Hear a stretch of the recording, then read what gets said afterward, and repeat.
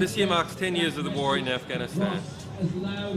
We have to ask the question, are we entering into a phase of continued war? Because Afghanistan, prior to its invasion, was the second poorest country on earth.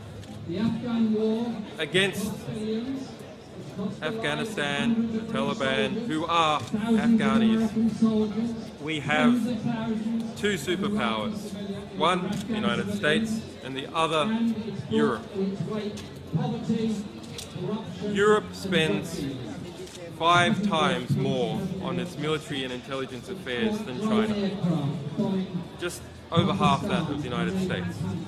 These two superpowers have been unable to subjugate Afghanistan. Can they subjugate Afghanistan? Of course they can. If there was a national will in the United States to do that, and there was a national will in Europe to do that, of course they could subjugate the second poorest nation on earth.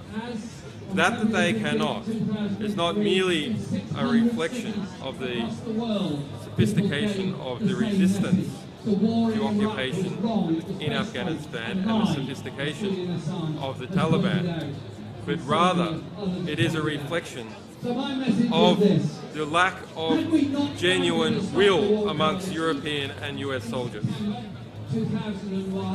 Because the goal is not to completely subjugate Afghanistan. The goal is to use Afghanistan to wash money out of the tax bases of the United States, out of the tax bases of European countries, through Afghanistan and back into the hands of a transnational security elite. That is the goal, i.e. the goal is to have an endless war, not a successful war.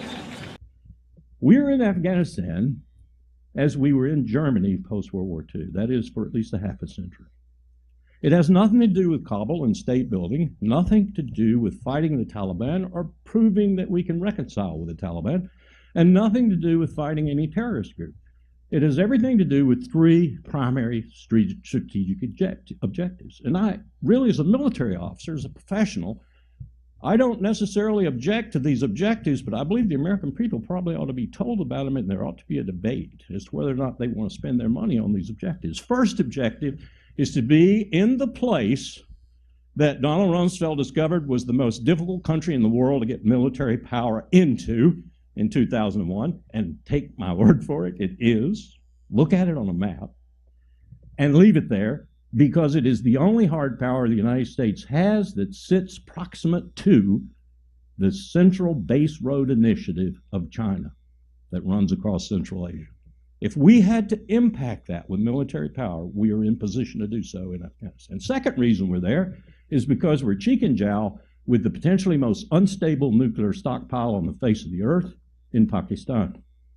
We want to be able to leap on that stockpile and stabilize it if necessary. And the third reason we're there is because there are 20 million Uyghurs, and they don't like Han Chinese in Xinjiang province in western China.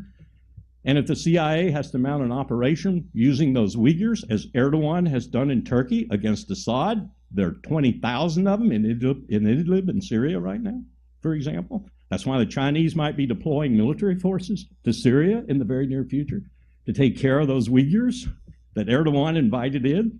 Well, the CIA would want to destabilize China, and that would be the best way to do it, to foment unrest and to join with those Uyghurs in pushing the Han Chinese and Beijing from internal places rather than external. Not saying it's going on right now, you didn't hear that, but it is a possibility. So that's why we're there, and I'll wager there are not a handful of Americans who realize that we, our military, has decided that for these strategic reasons, which are well thought out, we're going to be in Afghanistan for the next half century.